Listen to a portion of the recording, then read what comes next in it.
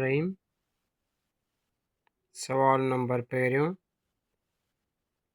नबूवत जे 6 साल कहिड़नि ॿिनि सहाबा रज़ियल्लाहु ताला अन्हुम इस्लाम क़बूल कयो? जवाब, हज़रत हमज़ा रज़ियल्लाहु ताला अन्हु ऐं हज़रत उमर रज़ियल्लाहु ताला अन्हु। सवाल नंबर ॿियो, अहदनामे जूं कहिड़ियूं बि 2 शर्तूं लिखो?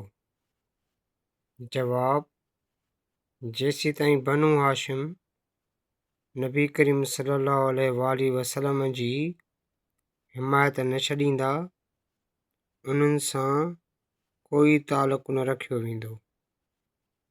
नंबर ॿियो, उन्हनि सां मिलणु जुलणु रखंदा, न ॻाल्हि ॿोल कंदा।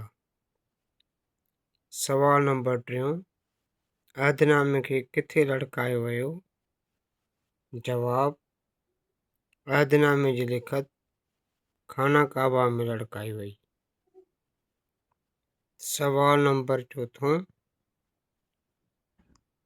कहिड़े घाटीअ में बनु हाशिम खे महसूर कयो वियो? जवाब, बनु हाशिम खे शैब अबी तालिब में महसूर कयो वियो। सवाल नंबर 5, शैब अबी तालिब में बनु हाशिम घणो अरसो रहिया?